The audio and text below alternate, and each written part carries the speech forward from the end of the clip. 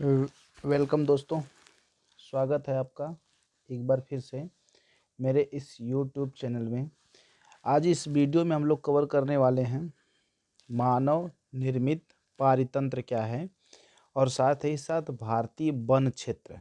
भारत में कितने प्रकार के वन क्षेत्र हैं और इनकी लोकेशन क्या है, इसको हम लोग देखने की कोशिश करेंगे। तो आप वीडियो में बने रहिएगा। सबसे पहले हम चाहेंगे आप चैनल को सब्सक्राइब जरूर कर लें ताकि आने वाली वीडियो का नोटिफिकेशन आपको मिलता रहे और साथ ही साथ बेल आइकन को ज़रूर प्रेस कर लीजिएगा। ठीक है दोस्तों, चलिए वीडियो शुरू करते हैं।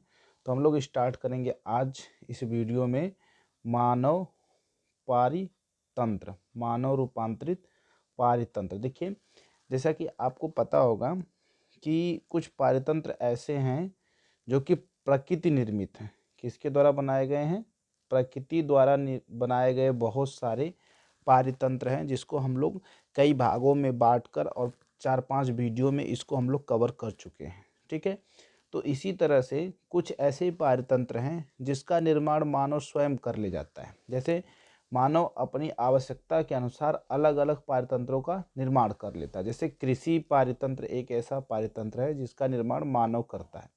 मानव निर्मित वन जो होते हैं और एक्वाकल्चर पारितंत्र, बांध, जलाशय व नगरीय पारितंत्र और नहरें, ये जो हैं ये मानव रूपांतरित पारितंत्र के उदाहरण हैं। ठीक है, जैसे कि ज़्यादातर जनसंख्या नगर में रहती है तो नगरीय पारितंत्र बन गया। अब मानव क्या करता है कि अयोग्य भूमि जो होती है उस पर वन लगा देता है तो उसको बोलते हैं मानव निर्मित वन। सिंचाई के लिए बहुत सारे साधन जैसे बांध बना लेता है, जलाशय बना लेता है, नहरें बना लेता है।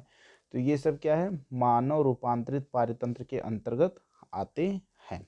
ठीक है दोस्तों, यहाँ तक तो बस इतना ही जानना। मानव निर्मित पारितंत्र में बस छोटी सी लाइन है, कौन कौन सा उदाहरण है मानव निर्मित पारितंत्र का, ये बहुत इंपॉर्टेंट है कि मानव निर्मित पारितंत्र के अंतर्गत क्या क्या आते हैं। ठीक है दोस्तों, चलिए देखते हैं मानव निर्मित पारितंत्र के अंतर्गत क्या क्या आता है। देखिए फिर से एक बार बताते हैं, मानव निर्मित पारितंत्र के अंतर्गत आता है कृषि पारितंत्र, मानव निर्मित वन, एक्वाकल्चर पारितंत्र, बांध, जलाशय व नगरीय पारितंत्र और नहरें। ठीक है, तो क्या करते हैं कि थोड़ा इसको क्लियर करते हैं ताकि आपको ये पता चल जाए कि कौन कौन सा पारितंत्र मानव निर्मित पारितंत्र के अंतर्गत आता है। ठीक है, देखिए दोस्तों, कृषि पारितंत्र, मानव निर्मित वन, एक्वाकल्चर पारितंत्र, बांध, जलाशय, नगरीय पारितंत्र और नहरें, ये सब मानव निर्मित पारितंत्र के अंतर्गत आते हैं। आगे हम लोग देखेंगे भारतीय वन क्षेत्र। भारत में जो वन एरिया पाया जाता है उस एरिया को कितने भागों में बांटा जा सकता है।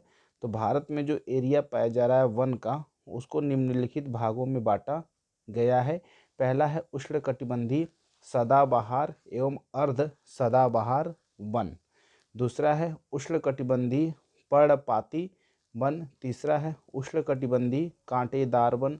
चौथा है पर्वतीय वन और पांचवा है मैंग्रोव वन। दोस्तों ये सारी चीज़ें हम लोग पिछले वीडियो में एक बार देख चुके हैं, लेकिन वो देखा गया था विश्व के परिप्रेक्ष्य में, थोड़ा मोड़ा वहाँ पर भारत का भी हिस्सा रहा है। लेकिन इसमें हम लोग देखेंगे भारत में इनकी लोकेशन कहाँ पर है। उष्णकटिबंधीय सदाबहार वन कहाँ है, पर्णपाती वन कहाँ है, कांटेदार वन कहाँ है, पर्वतीय वन किस एरिया में, और मैंग्रोव वन। मैंग्रोव वन पिछले इसके जस्ट पहले वाली वीडियो में हम लोग कवर कर चुके हैं, पूरा कंप्लीट डिटेल्स में कवर किया गया है। तो इस वजह से मैंग्रोव वन को इस वीडियो में नहीं देखा जाएगा, बाकी ये सारी चीज़ें इस वीडियो में हम लोग देखेंगे। ठीक है दोस्तों, आगे बढ़ते हैं वीडियो में। चलिए देखिएगा आगे क्या है कि सबसे पहला जो क्लासिफिकेशन हमारा जो बंटवारा हमने किया था, उष्णकटिबंधीय सदाबहार एवं अर्ध सदाबहार वन। तो पहली बात तो इसका विस्तार याद रखिएगा। विस्तार कहाँ है? अंडमान एवं निकोबार द्वीप समूह में इसका विस्तार है। पश्चिमी घाट की पश्चिमी ढाल जो है इसका विस्तार क्षेत्र है, और उत्तरी पूर्वी क्षेत्र की पहाड़ियों में आते हैं उष्णकटिबंधीय सदाबहार एवं अर्ध सदाबहार वन। इनकी क्या क्या खास खास विशेषताएं ये कहाँ पाए थे? पहली बात, नाम से याद रखिएगा, उष्णकटिबंधीय और सदाबहार। तो उष्ण प्रदेशों में और आर्द्र प्रदेशों में पाए जाते हैं, जहाँ पे औसत वार्षिक वर्षा 200 सेंटीमीटर से अधिक होती है और औसत वार्षिक तापमान 22 डिग्री सेंटीग्रेड से अधिक होता है। वार्षिक वर्षा याद रखिएगा 200 सेंटीमीटर से अधिक, और इसमें वृक्षों की जो प्रजातियां हैं, कौन कौन से वृक्ष हैं, मुख्य रूप से रोजवुड, महोगनी एवं एवनी ये वृक्ष पाए जाते हैं। और यहाँ पे जो वृक्ष होते हैं उनके पत्ते बड़े होते हैं और ये वृक्ष जो होते हैं काफ़ी सघन होते हैं।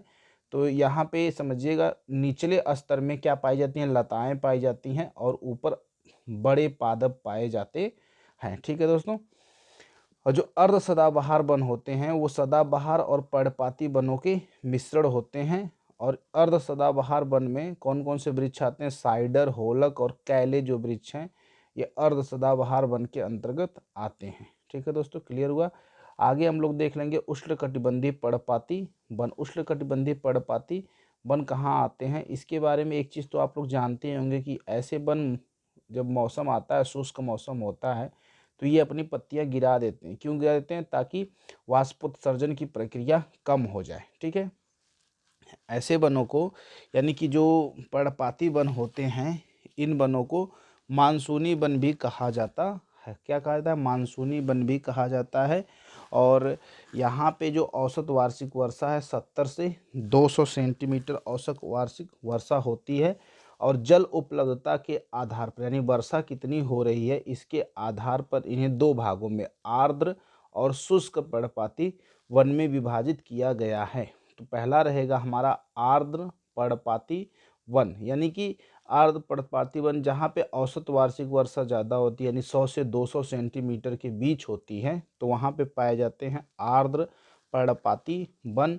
और इसका विस्तार है उत्तरी पूर्वी राज्य जो हैं, हिमालय के गिरिपद में, पश्चिमी घाट के पूर्वी ढालों में और उड़ीसा में ये वन पाए जाते हैं। यहाँ पे कौन कौन से प्रमुख वृक्ष हैं, सागवन, शीशम, साल, हुर्रा, महुआ, आंवला, सेमल, कुसुम और चंदन, ये सब वृक्ष यहाँ पे पाए जाते हैं। मुख्य रूप से पाए जाते हैं ये आर्द्र पर्णपाती वन में। शुष्क पर्णपाती वन में क्या है, पर्णपाती वन की ये दूसरी कैटेगरी है कि शुष्क पर्णपाती वन में वर्षा कम होती है, यानी कि यहाँ पे औसत वर्षा लगभग 70 से 100 सेंटीमीटर प्रतिवर्ष होती है। और शुष्क ऋतु शुरू होते ही इनके भी पत्ते गिर जाते हैं। इसमें मुख्य पेड़ कौन कौन से आते हैं, तेंदू आता है, पलास आता है, अमलतास, बेल और अक्सलबुडी, ये सब पेड़ यहाँ पे आते हैं। ठीक है दोस्तों, क्लियर हुआ। अब हम देख लेते हैं उष्णकटिबंधीय कांटेदार वन। उष्णकटिबंधीय कांटेदार वनों की औसत वार्षिक वर्षा जो होती है वो क्या होती है, 50 सेंटीमीटर से भी कम होती है। यहाँ पे 50 सेंटीमीटर से भी कम वर्षा हो रही जो कांटेदार वन वाला एरिया है। और इसका विस्तार कहाँ पे है दोस्तों, इसका विस्तार है दक्षिणी पश्चिमी पंजाब, हरियाणा, राजस्थान, गुजरात, मध्य प्रदेश और उत्तर प्रदेश के अर्ध शुष्क क्षेत्र इसमें शामिल होते हैं। इस वाले एरिए में यानी कि कांटेदार वन वाले एरिए में कई प्रकार की घास और छोटी छोटी झाड़ियाँ भी पाई जाती हैं। इसकी यहाँ की मुख्य प्रजातियाँ जैसे बबूल हुआ, बेर हुआ, खजूर हुआ, नीम हुआ, खेजड़ी हुआ, पलास हुआ, ये सब यहाँ के मुख्य पेड़ हैं यानी कि प्रजातियाँ हैं। ठीक है दोस्तों, क्लियर हुआ यहाँ तक। अब आगे हम लोग देख लेते हैं पर्वतीय वन। क्या देखने जा रहे हैं, पर्वतीय वन। पर्वतीय वनों को कितने भागों में बांटा गया है। ठीक है दोस्तों, देखिएगा पर्वतीय वन जो हमारा है इसके बारे में थोड़ा पढ़ लेते हैं। देखिए, पर्वतीय वनों को दो भागों में बांटकर हम लोग पढ़ेंगे। पहला रहेगा उत्तर पर्वतीय वन और दूसरा रहेगा दक्षिण पर्वतीय वन। तो पहले उत्तर पर्वतीय वन का विस्तार क्या है, नॉर्थ इंडिया की बात है। उत्तर पर्वतीय वन हिमालय पर्वत श्रृंखला में पश्चिम बंगाल वाला एरिया और उत्तराखंड में ये कैसे वन पाए जाते हैं, उत्तर पर्वतीय वन पाए जाते हैं। यहाँ की प्रमुख प्रजातियाँ कौन सी हैं, ओक, चेस्टनट, चीड़, अल्पाइन, चारागाहू, जूनियर पाइन, बर्च, रोडोडेंड्रॉन और ब्लू पाइन यहाँ की प्रमुख प्रजातियाँ रही हैं। ओक, चेस्टनट, चीड़, अल्पाइन वन और चारागाहू, जूनियर पाइन, बर्च, ये सब यहाँ की मुख्य प्रजातियाँ हैं। कौन सी मुख्य प्रजातियाँ, उत्तर पर्वतीय वन की ये सब मुख्य प्रजातियाँ हैं। ठीक है दोस्तों, आगे हम लोग देख लेते हैं दक्षिण पर्वतीय वन। क्या देखने वाले हैं, दक्षिण पर्वतीय वन। तो दक्षिण पर्वतीय वन मुख्यतः प्रायद्वीप भागों में मिलते हैं, पठारी भागों में मिलते हैं। इनका विस्तार है पश्चिमी घाट में ज़्यादा है, नीलगिरी श्रृंखलाएँ जो है वहाँ पे ज़्यादा मिलते हैं। और जो नीलगिरी पे ये वृक्ष पाए जाते हैं, नीलगिरी हुआ, अन्नामलाई हुआ और पालनी पहाड़ियों वाले वनों को क्या कहते हैं, शोलाश कहते हैं। शब्द याद रखिएगा दोस्तों, क्या याद रखना है आपको? सोलाश। सोलाश किसे कहते हैं? इन्हीं वनों का नाम हो जाता है सोलास। दक्षिण पर्वतीय जो वन है इनको सोलास कहते हैं। कहाँ पर? नीलगिरी, अन्नामलाई और पालरी पहाड़ियों पर जो वन मिलते हैं उनको सोलास कहा जाता है। और यहाँ के जो प्रमुख वृक्ष हैं, प्रमुख वृक्ष में आ जाता है आपका मगनोलिया, लॉरेल, सिनकोना और वेलर। सिनकोना से मलेरिया, सिनकोना से दवा भी बनाई जाती है कुनैन, ठीक ना, मलेरिया रोग में जो यूज होती है सिनकोना की छाल से ही मिलती है, ठीक ना। तो जो ये दक्षिण वाले हिस्से में पाए जाते हैं, जैसे नीलगिरी, अन्नामलाई और पालनी पहाड़ियों पर जो ये वृक्ष पाए जाते हैं, इन्हीं का नाम बदल के क्या हो जाता है? सोलाश कहते हैं इनको, ठीक है दोस्तों। ये तो रहा एक छोटा सा क्लासिफिकेशन। अब हम देख लेते हैं कि भारत में ये वन की लोकेशन क्या है। थोड़ा सा इस मैप को हम लोग जूम करेंगे और जूम करके देखने की कोशिश करेंगे। पहला जो हम पढ़े हैं, सबसे पहले पढ़े हैं उष्णकटिबंधीय सदाबहार वन। उष्णकटिबंधीय सदाबहार वन का विस्तार भी हमने बताया आपको कि उष्णकटिबंधीय सदाबहार वन कहाँ पाए जाते हैं, ठीक है दोस्तों। देखिएगा विस्तार में हम लोग बताएं कि अंडमान निकोबार द्वीप समूह जो है वो, जैसे अंडमान निकोबार द्वीप समूह वाला जो एरिया है वहाँ पे उष्णकटिबंधीय सदाबहार वन पाए जाते हैं। पश्चिमी घाट में, देखिए ये जो ग्रीन कलर से दिखाया जा रहा है जहाँ पे मैं ये लाइन बना रहा हूँ, ये पश्चिमी घाट वाला एरिया है यहाँ पर। और उत्तर पूर्वी क्षेत्र की पहाड़ियाँ, देखिए उत्तर पूर्वी क्षेत्र की ये जो पहाड़ियाँ हैं, ऐसे ऐसे किनारे किनारे पर जो पहाड़ियाँ हैं, ये यहाँ पर भी कौन से वन पाए जा रहे हैं? उष्णकटिबंधीय सदाबहार वन पाए जाते हैं, ठीक है दोस्तों। क्लियर हुआ यहाँ तक? ये तो उष्णकटिबंधीय आपको समझ में आ गया होगा कि उष्णकटिबंधीय कहाँ, थोड़ा सा पूर्वी क्षेत्रों में भी पाए जाते हैं दोस्तों। पूर्वी घाट में बहुत थोड़े अमाउंट में, कम जगहों पे, कम क्षेत्रफल में पाए जाते हैं, ठीक है। तो ये लोकेशन इसकी याद रखिएगा कि उष्णकटिबंधीय सदाबहार वन कहाँ पाए जा रहे हैं, ठीक है। आगे देख लेते हैं। अगला जो है हमारा उष्णकटिबंधीय पर्णपाती वन। तो ये पर्णपाती वन भारत के एक बड़े हिस्से में पाया जाता है। ये जो आपको कलर, थोड़ा सा मैं कलर इसका चेंज करूँगा ताकि आपको क्लियर हो। जैसे देखिए हम इसको कलर बदल लेते हैं, इसको हम लोग ब्लैक कर लेते हैं। जैसे हमने इसका कलर ब्लैक कर लिया तो अब ये वाला जो एरिया है पूरा, ये जो एरिया है, ये सब कौन सा एरिया है? यहाँ पे ये सब पर्णपाती वन पाए जा रहे हैं, जो कि मानसूनी वन भी इनको कहते हैं, ठीक है दोस्तों। क्लियर हुआ? अब तीसरे नंबर पे हम लोग देखना चाहेंगे पर्वतीय वन कहाँ पाए जा रहे हैं। तो दोस्तों पर्वतीय वन की लोकेशन ज़रा देख लीजिएगा कि पर्वतीय वन पाए जाते हैं आपके, देखिए ये पर्वत वाला जो हिस्सा होगा वहीं पे पर्वतीय वन पाए जाते हैं। जैसे ये उत्तर का हिमालय वाला क्षेत्र हुआ ये सब, और ये उत्तराखंड लेते हुए ये पर्वतीय वनों का क्षेत्र है, ठीक ना। और पश्चिम बंगाल वाले एरिए में कुछ है और उत्तराखंड वाले एरिए में कुछ है। ये सब किसका एरिया है? पर्वतीय वनों का एरिया है, ठीक है दोस्तों। क्लियर हो गया होगा। और जो पश्चिमी घाट है और नीलगिरी की श्रृंखलाएं हैं यहाँ पर भी पर्वतीय वन पाए जाते हैं, ठीक है।